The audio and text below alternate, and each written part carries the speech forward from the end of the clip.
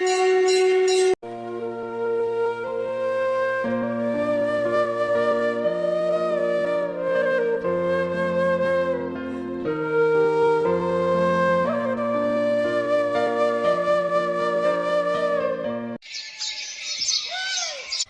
और उसकी पत्नी मालती भगवान श्री राम की बहुत पूजा करते थे। दीनू एक किसान था। उसके पास एक छोटा सा जमीन का टुकड़ा था जिस पर वो खेती करता था। पर दीनू की जमीन सूखा पड़ने के कारण बंजर हो गई और उसकी जमीन पर अनाज और फल सब्जी उगना बंद हो गया। इस वजह से दीनू के घर में पैसों की बहुत तंगी आ गई। रामनवमी का उत्सव आने वाला था। मालती हर साल रामनवमी के उत्सव पर भगवान श्री राम को खीर पूरी का भोग लगाती थी। पर इस बार मालती के पास पैसे नहीं थे कि वो भगवान श्री राम के जन्मोत्सव रामनवमी पर उनके लिए खीर पूरी बना सके। इसी वजह से मालती बहुत दुखी थी।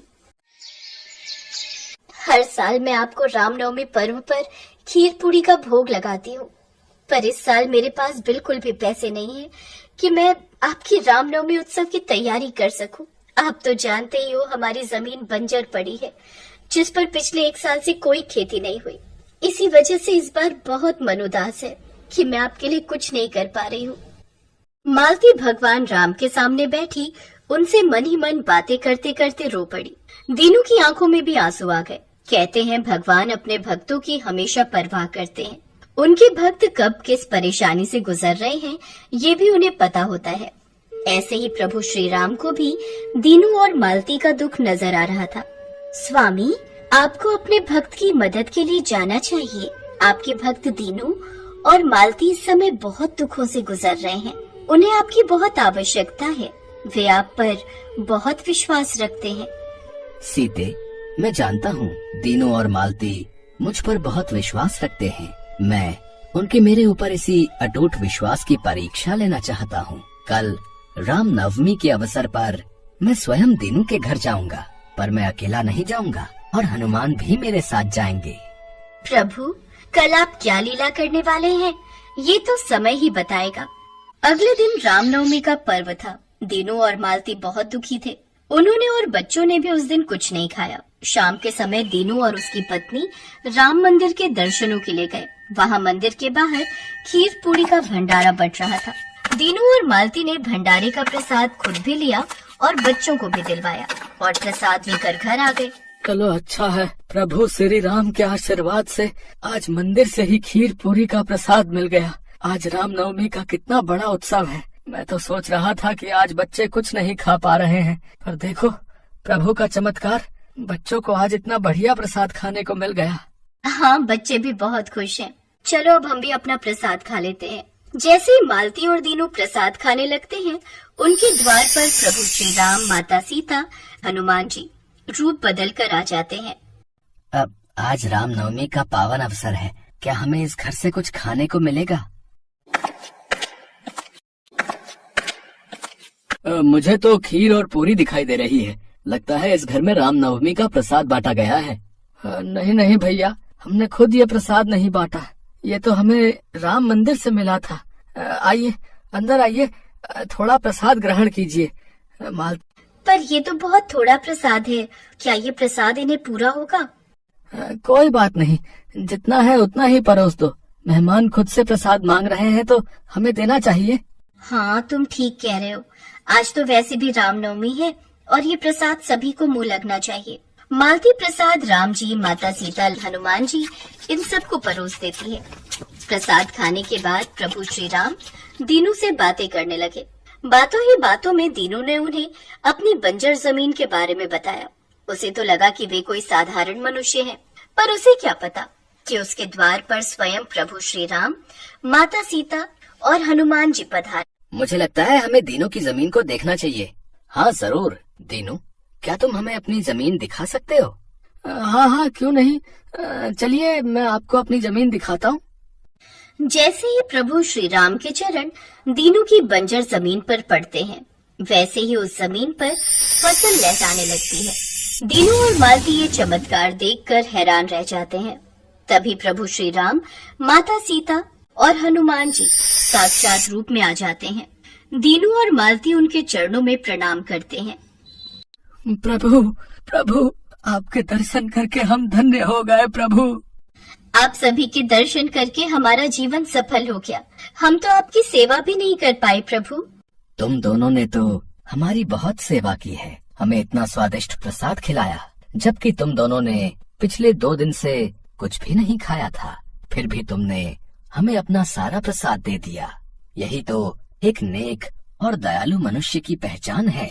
मैं जानता हूँ तुम मेरी बहुत भक्ति करते हो, इसलिए आज मैं तुम्हें भक्ति का फल देने के लिए आया हूँ। आज रामनवमी के अवसर पर मैं तुम्हें वरदान देता हूँ कि अब से तुम्हारे घर में हमेशा धन संपत्ति का वास होगा।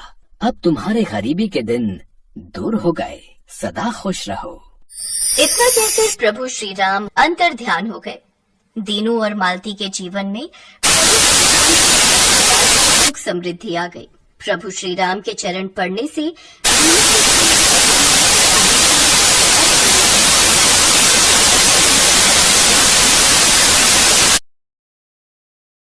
सेठ मंगत राम के पास सब कुछ था, धन दौलत हर सुख सुविधा, पर उसे संतान सुख नहीं था। मंगत राम और उसकी पत्नी सरला इसी चिंता में दुखी थे। उनके घर में गायत्री नाम की एक नौकरानी थी। गायत्री उनके घर कई सालों से काम कर रही थी, इसलिए सरला कोई भी काम हो गायत्री से ही करवाती थी। मालकिन, मेज पर ये लड्डू का डिब्बा रखा है, इसे रसोई में रख दूं? अरे नहीं नहीं, कोई नहीं खाएगा। एक काम कर, तू ही ले जा, घर पर खा लेना।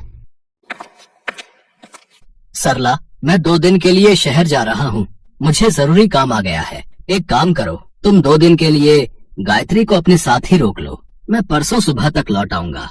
गायत्री, एक काम कर, तू घर का काम समेट कर 2 दिन के लिए मेरे पास ही रुक जा। ठीक है मालकिन, मैं रुक जाऊंगी। मंगत राम किसी काम से शहर चला जाता है। गायत्री अपने पति महादेव को 2 दिन सरला के पास रुकने का कहकर आ जाती है। सरला को पूजा पाठ की बिल्कुल भी आदत नहीं थी। गायत्री माँ वैष्णो की परम भक्त थी। वो प्रतिदिन सुबह उठकर माँ के नियम से पूजा प्रार्थना किया करती थी। गायत्री ने देखा सरला के घर तो माँ दुर्गा का मंदिर ही नहीं है, तो वो उससे बोली, मालकिन, आपके घर में माँ दुर्गा का मंदिर नहीं है? नहीं, हमारे घर में नहीं है। अब क्या करना है, ये मंदिर वगैरह बनाकर भी कौन सा भगवान हमारी सुन लेते हैं। बहुत पूजा पाठ करके देख लिया मैंने, मैं कोई मंदिर नहीं बनाती अब घर में। मालकिन, भगवान पर विश्वास कभी नहीं टूटना चाहिए। कई बार वो हमारी परीक्षा लेते हैं कि मेरे भक्त में कितनी सहन शक्ति है। गायत्री, मैंने तुझे 2 दिन के लिए भाषण सुनने के लिए नहीं रोका। तू अपना काम कर और मुझे थोड़ी देर आराम से बैठने दे। अब तो खुद को ही देख ले, तेरे भी घर में बच्चे की किलकारी नहीं गूंजी अब तक। ये भगवान नहीं सुनते हैं। मेरे घर में भी कोई औलाद का सुख नहीं है और तेरे घर में भी नहीं है, फिर भी पता नहीं तुम भगवान को इतना ऊंचा स्थान क्यों देते हो।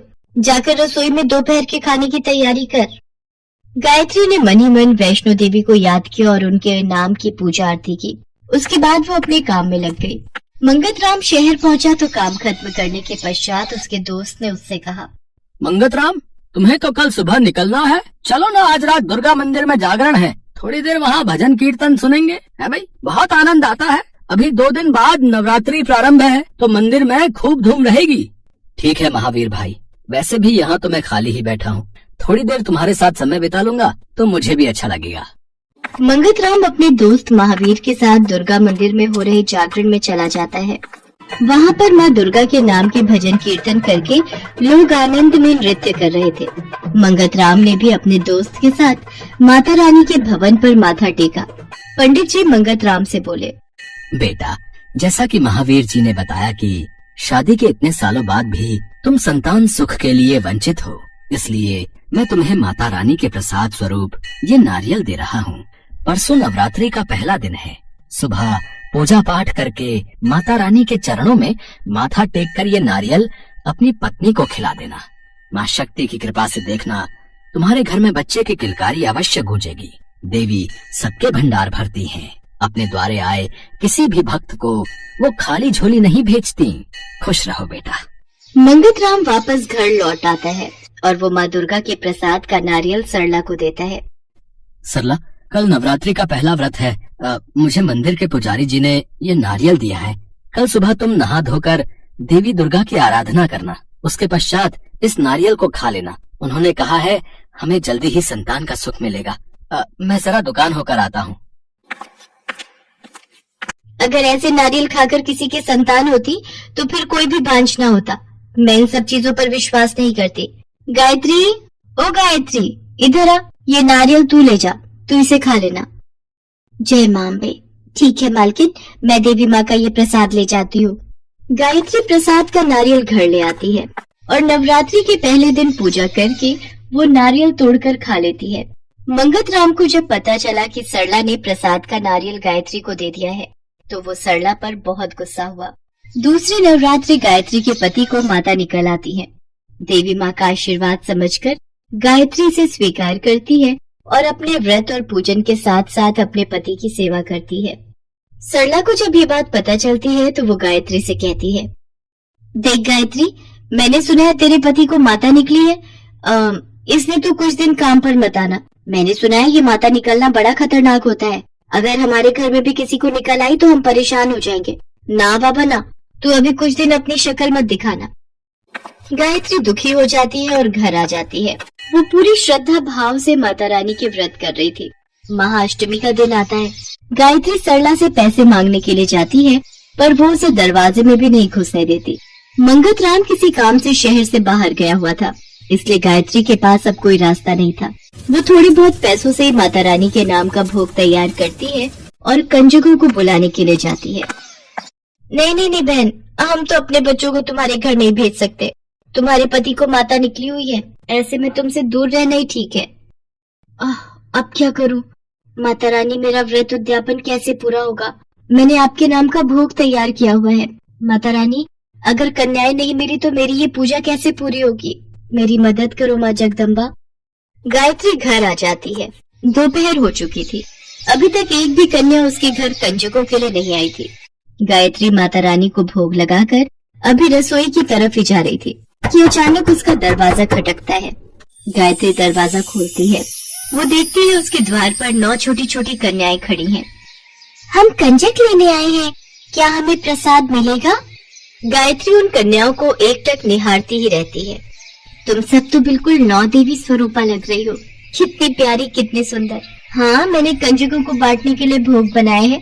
आओ, तुम सब अंदर आओ। 9 कन्याएं गायत्री के साथ घर के भीतर प्रवेश करती हैं और उन्हें आसन पर बिठाती है। हे 9 देवी स्वरूपा, प्यारी प्यारी कन्याओं, भोग ज्यादा तो नहीं, थोड़ा थोड़ा ही बनाया है, इसे ग्रहण करो। 9 देवियां पूरी हलवा चने का भोग ग्रहण करती है और खुशी खुशी वहाँ से प्रस्थान करती हैं। 9 देवियों के जाते ही गायत्री देखती है उन 9 कन्याओं के चरण चिन्ह जमीन पर बने हुए थे। गायत्री चौंक जाती है। इसका मतलब सचमुच 9 देवियां मुझ गरीब के घर पधारी थी। हे देवी मैया, आपने मुझे साक्षात दर्शन दिए। मेरे घर छोटी छोटी कंजक बनकर आई। सुन रहे हो, हमारे घर देवी का आगमन हुआ है। तुम ठीक कह रही हो गायत्री। देखो, मेरी भी तबीयत बिल्कुल ठीक हो गई है। मुझे माता दर्शन देकर गई है। गायत्री और उसका पति मन ही मन देवी मैया को धन्यवाद करते हैं। गायत्री प्रसाद लेकर सरला के घर जाती है। वो देखती है सरला को बड़ी माता निकल आई है और वो बहुत परेशानी में है। मालकिन, आप चिंता मत करो, आप देवी मैया के भोग का ये प्रसाद खा लो, देखना आप बिल्कुल ठीक हो जाओगी। सरला जैसे ही देवी मैया के भोग का प्रसाद खाती है वो बिल्कुल ठीक हो जाती है और वो देवी मैया से अपनी भूल की माफी मांगती है। कुछ दिन बाद गायत्री को पता चलता है कि वो माँ बनने वाली है। वो बहुत खुश होती है और अपनी खुशी की ये बात वो सरला को बताती है। सरला को उस दिन यकीन हो जाता है कि सचमुच देवी माँ में बहुत शक्ति है। उन्हीं के प्रसाद के नारियल से और 9 देवियों के साक्षात दर्शन से गायत्री के सारे दुख दूर हो गए थे। उसकी झोली में संतान का सुख आया था। कुछ महीनों बाद गायत्री एक प्यारी सी बेटी को जन्म देती है। गायत्री के कहने पर मंगत राम और सरला अपने घर में देवी दुर्गा की मूर्ति रखते हैं और कुछ महीने बाद फिर से नवरात्रि आने पर सरला 9 देवी व्रत रखती है। देवी माँ के आशीर्वाद से सरला की गोद भर जाती है और कुछ ही सालों में सरला के घर भी बेटे और बेटी का जन्म होता है।